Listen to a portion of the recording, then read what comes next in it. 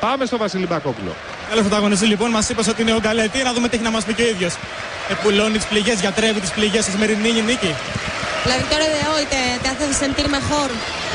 Sí, creo que es importante empezar ganando el campeonato y sabíamos que iba a ser un rival difícil, que veníamos con cansancio del otro partido, pero bueno, contento por la victoria.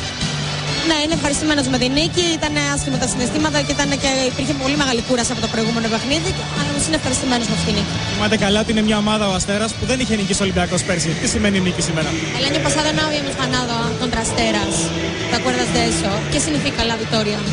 Sí, sabíamos que iba a ser complicado. Ya nos complicaron la temporada pasada que nos ganaron, nos empataron en casa. Y bueno, no empezamos bien, pero segunda parte jugamos un buen fútbol y pudimos ganar. Ναι, το θυμάται και ξέραν ότι θα είναι δύσκολο σημερινός αγώνας.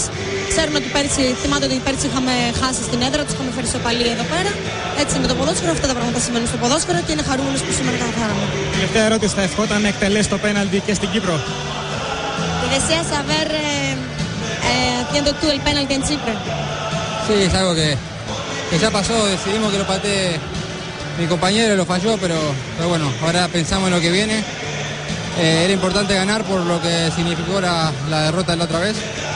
Y bueno, contento por la victoria. Σήμερα ευχαριστημένος με την νίκη. Όπως είπε, ό,τι έγινε. Είναι πολύ άσχημο αυτό που έγινε, γιατί θα έπρεπε να έχουν κερδίσει, γιατί σήμαινε πολλά αυτή η πρόκληση. Δυστυχώς ο συνάδελφος του έχασε το πέναλτι εκείνο. Ίσως θα ήθελε να το είχε εκτελέσει εκείνος, αλλά τώρα κοιτάμε τι θα γίνει από εδώ και πέρα. Thank you very much.